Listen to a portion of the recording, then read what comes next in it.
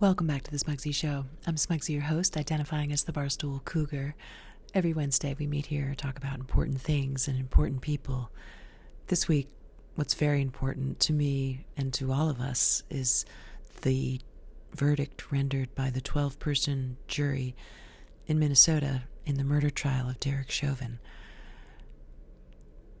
The guilty verdict is a testament that George Floyd's life mattered, and we can breathe a little easier today. And so I'd like to begin the show by just celebrating the justice system and honoring the life of George Floyd and the legacy now that he has, representing a step forward in the march towards justice.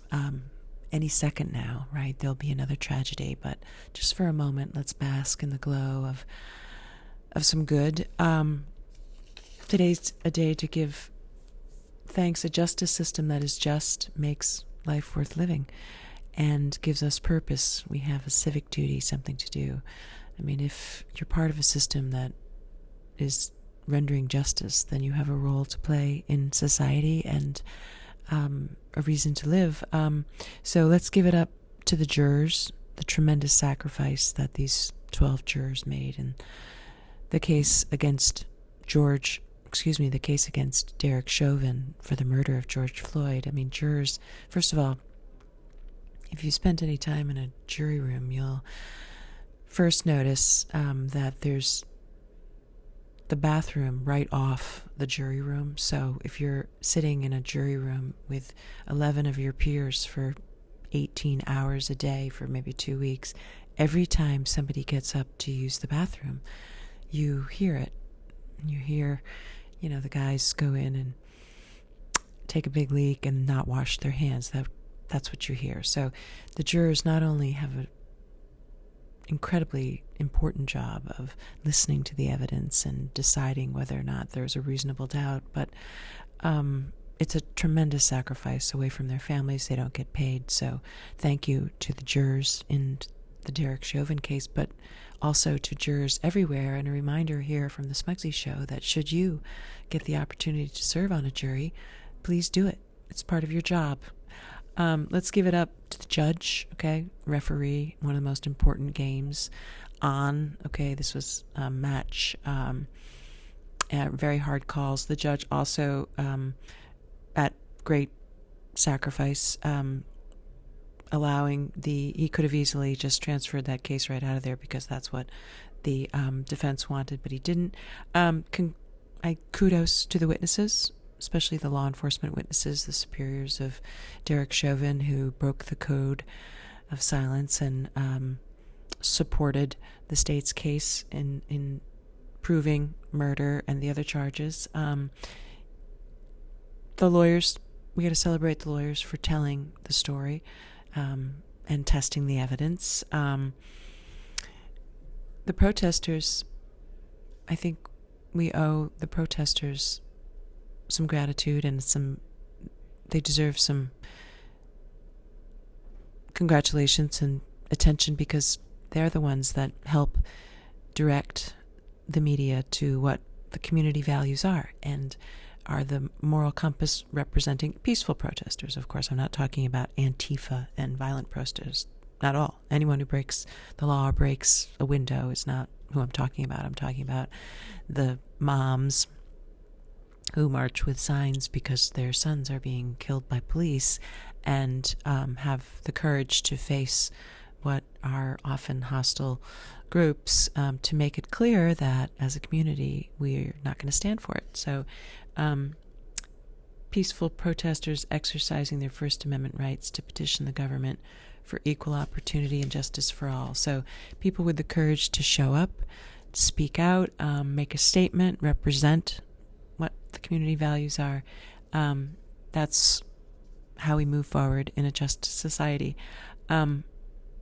Unlike now, we're going to transition to crimes that don't get the attention that they deserve because there are no community values that are represented. In in the Jennifer Fay case, for instance, the subject of Kirk Minihane's new Real Crime podcast about the 16-year-old who disappeared in 1989 from Brockton, Massachusetts, and believed to have been killed. So we still don't know what happened to her. We're 3 episodes in of the case that I love. It's, first of all, a great podcast to review because there's one a week and it's 45 minutes. But also it's a very, very good story. Of course, it's mostly about Kirk Minihane, but nonetheless, we don't know yet what happened with Jennifer. But what we do know is that the PENN stock, PENN National, who owns Barstool Sports, that's doing the Real Crime podcast, is like tanking. It's like tracking. So are the two connected? Kirk Minihane's new Real Crime podcast and PENN stock tanking? Well, I think there's a case to be made that the case shining a spotlight on like the sick and sordid plight of humanity, of forlorn and forsaken characters who everybody hates, sort of unraveling a story that's so depressing and pathetic, it sucks the joy out of life and makes you want to kill yourself. I'm not sure if that being associated with the Barstool brand has something to do with the PENN stock, but I'll just throw it out there. And I'd love to, jump in my DMs, or maybe we can go offline and have a conversation about that. But in terms of the case, I'm definitely hooked. There's 2 Kevins now. I mean, these people, okay, there's some maggots eating his flesh Kevin, who I guess, has been killed. And then now we have geriatric meth addict domestic abuser Kevin. Let's see, another character, Jennifer Fay's sister. She has a quote. "So she told my Nana Gladys my sister was buried in the backyard underneath a pool. That's all I know." Diana Natali, she's a piece of work, okay? The witch. She kept the bald, mentally disabled Rena Conrad locked up in the basement. Okay, so she's another character. I would say she's not the protagonist in the case, but she's definitely the villain. And now she's kind of moving into my territory, she's still alive and had been working with Kirk, what she thought was going to get a role maybe on the show, but instead she decided to take on the role of psychoanalyzing Kirk.